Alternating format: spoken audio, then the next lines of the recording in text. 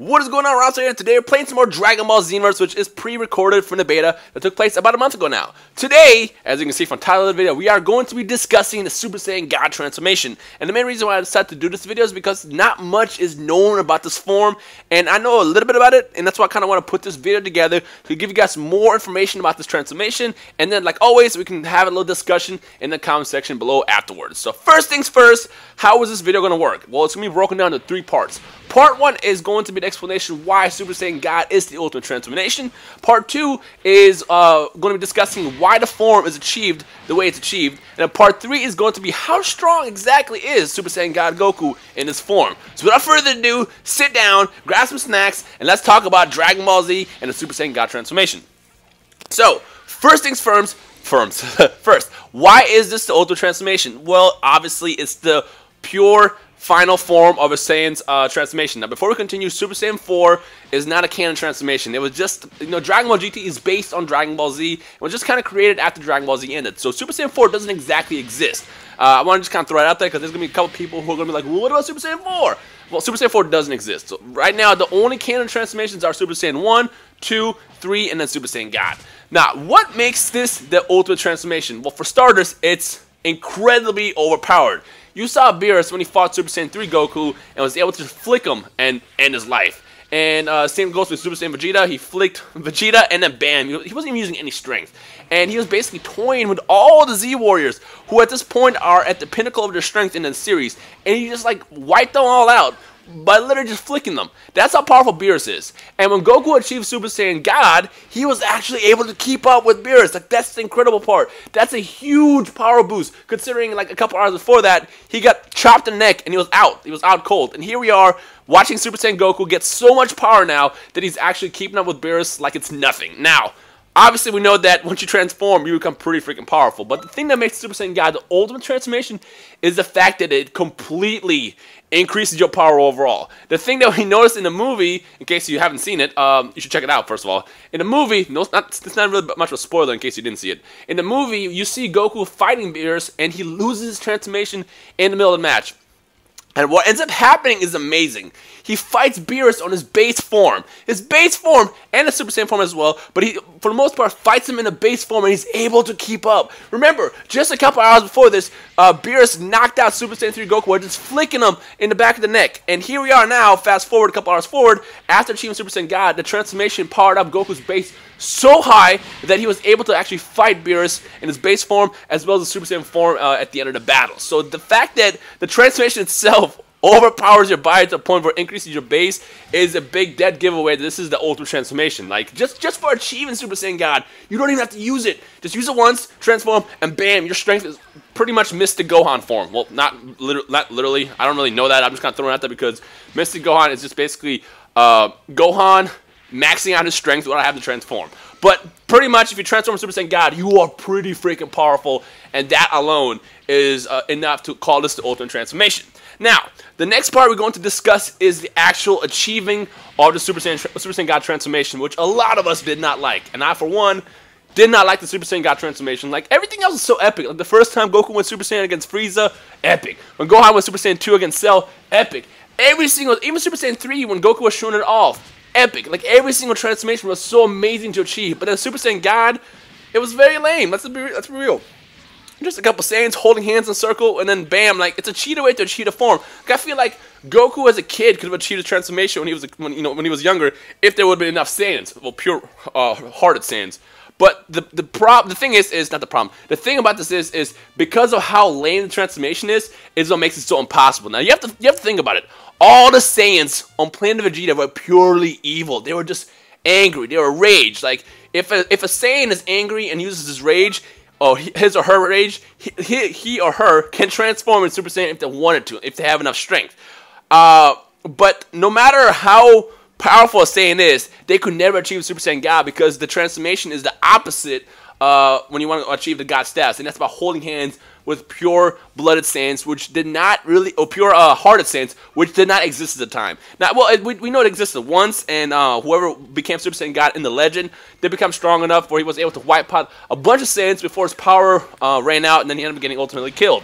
But the fact that the requirement is so rare is what makes the transformation so impossible to achieve, which is exactly what Toriyama was going for. When Toriyama was sitting there thinking like, how does this form achieved?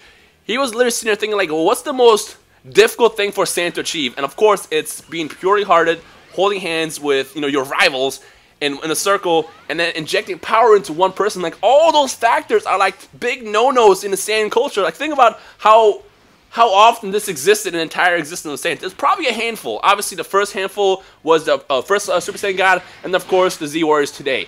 It's pretty impossible to achieve, and that's why it was achieved the way it was achieved. Now, we don't really like it, but if you think about it, it's pretty freaking brilliant of how impossible this form is to achieve. Matter of fact, it was so impossible to achieve, no one knew how to do it except for Shenron. Nobody knew how to do it. I feel like originally in the legend, is the group of Saiyans who are fighting against all the evil Saiyans, they're probably just like trying to, like, I don't know, pray or something, be in a circle to get strength, and then just accidentally happened to achieve the Super Saiyan God form where they were able to fight off the Saiyans for a set amount of time. I feel like they discovered it by accident. And outside of that, nobody else knew how this is achieved, or that it even existed. So that's why the Super Saiyan God form is so, like, impossible to achieve. It had to have been that way.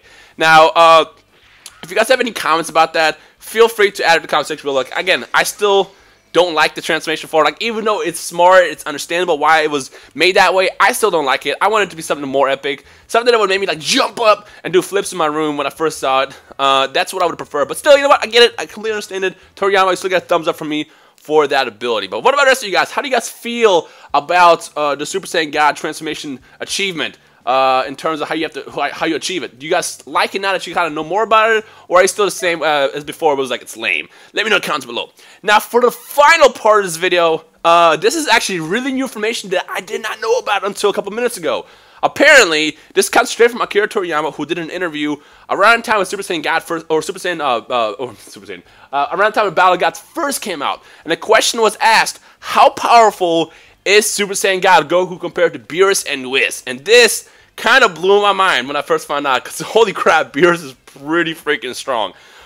In terms of power levels, they weren't really stated, but it's okay, power levels are bullshit anyways. But what Toriyama said when this question was stated to him was, he would say, strength-wise, Super Saiyan God Goku is a 6. That's not high. He gave him a 6.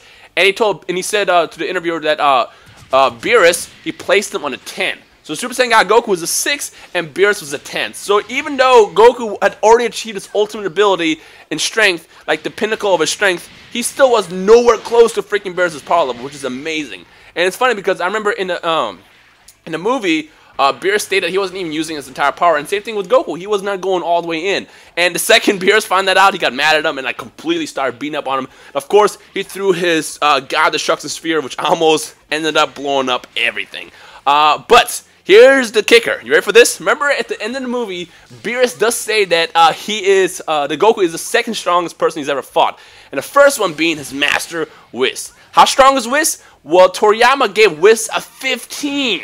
So I assume this is on a scale of 10. So Beerus is a 6, Super Saiyan God Goku is a 6, Beerus is a 10, and Whis is a 15. Holy crap, these gods are incredibly powerful. And, that leads me to question now what's going to happen in this next movie in next year, early 2015, or not early 2015, second quarter of 2015, around springtime, April, May. And I'm hoping that we get, number one, more gods, and two, I hope we get Super Saiyan God Vegeta as well. And on top of that, I really hope that we get some kind of fusion between Super Saiyan God Goku and Super Saiyan God Vegeta. Because think about it, if Beerus is a 10 and Whis is a 15, and the other gods are equally that strong, Super Saiyan God Goku and Super Saiyan God Vegeta will not be enough to win these fights if there was a battle between gods. They would have to fuse, something would have to happen to, like, increase their strength even more as godly Saiyans to win the battle. So I'm like really even more excited about this movie, and I really hope that we get, number one, the Super Saiyan God Vegeta, and number two, some more gods in this battle, which, remember, Akira Toriyama did say that this next movie is going to be almost all action. Battle of Gods was great, but Battle of Gods was very little action and more on the stuff, whereas this next movie is going to be all action as well as comedy as well, but more about, keeping us as Dragon Ball Z fans on the edge of our seats excited about this movie. So I'm pretty excited about that. So what do you guys think about that? Super Saiyan God Goku is a 6, Beerus is a 10, and Whis is a 15. How do you guys feel about those strength comparisons? Let me know in the comments below. Now, that's pretty much everything I wanted to cover today. I believe, whenever I do these videos, I always do it off the top of the head. I don't write anything. Well, I will write down like 2 sentences so I know like what the topics are. So every time I was recording, I always forget one thing.